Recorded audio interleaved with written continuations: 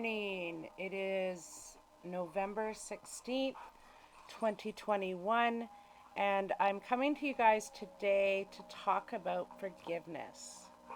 When we think about the word forgiveness, we often try to figure out what exactly that means. Do we forget what the person has done?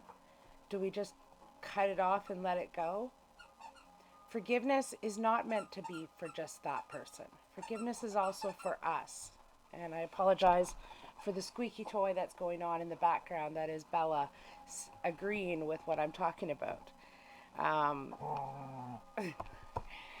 you know, when I looked up on Wikipedia the definition for forgiveness, it said forgiveness in a psychological sense is the intentional and voluntary process by which one who may initially feel victimized undergoes a change in feeling and attitude regarding a given offense and overcomes negative emotions such as resentment and vengeance. And when we think of that word, when we think of that action, and you think over your life, have you honestly given forgiveness to that person? Have you honestly let go of that hurt and that pain?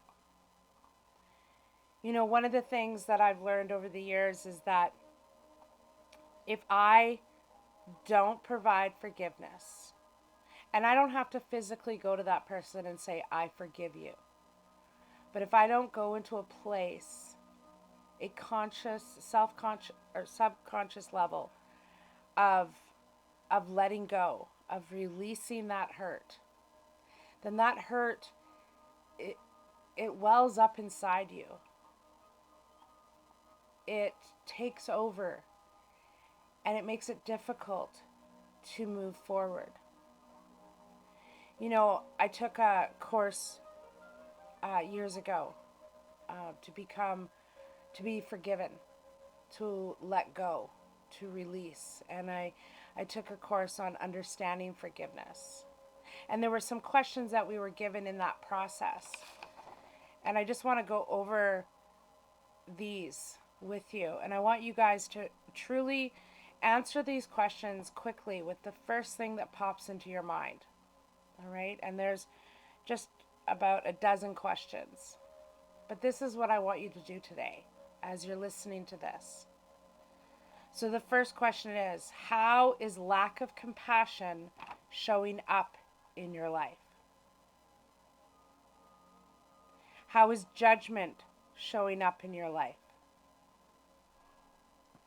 Question number 3, how is sabotage showing up in your life? Number 4, how is perfectionism showing up in your life? The next one, how is unworthiness showing up in your life? How has failure showed up in your life? The next one, how is victimhood showing up in your life? How is resentment showing up in your life? How is criticism of self or others showing up in your life? How does non-forgiveness impact your physical body? And the last one, how does non-forgiveness impact your relationships? And there's many types of situations, and some things that people do probably don't deserve our forgiveness.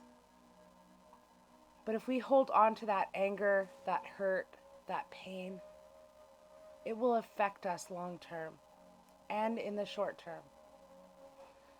So this week, I want you to answer these questions, and I want you, if you want, you can comment in the comment section, or you can send me an email or tell me what you thought. But I want you guys to truly step into that place of letting go and forgiving others, not for them, but for you and for your journey. Because life is not fair. And life comes with obstacles and roadblocks. But we get the choice to decide what we want to do.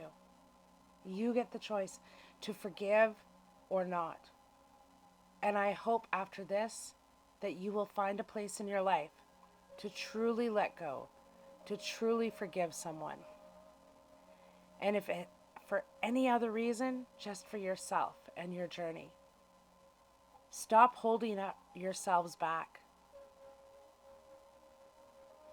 You know, there's been many situations in my life where I've been afraid to forgive. And then I physically get sick, or I feel blocked, or I feel held back or stuck in a rut.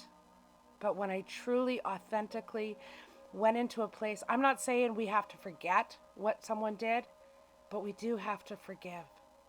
We do have to let go of. So this week, forgive, let go, and move forward. This week's podcast is a short one, but I hope that this will be an impactful one.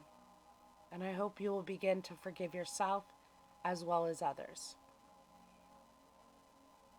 I wish you nothing but the best. This is from Tamara Palmer, coach, medium, and healer. Have a great week, guys, and we'll see you next week. Remember, light the love inside of your heart. Namaste.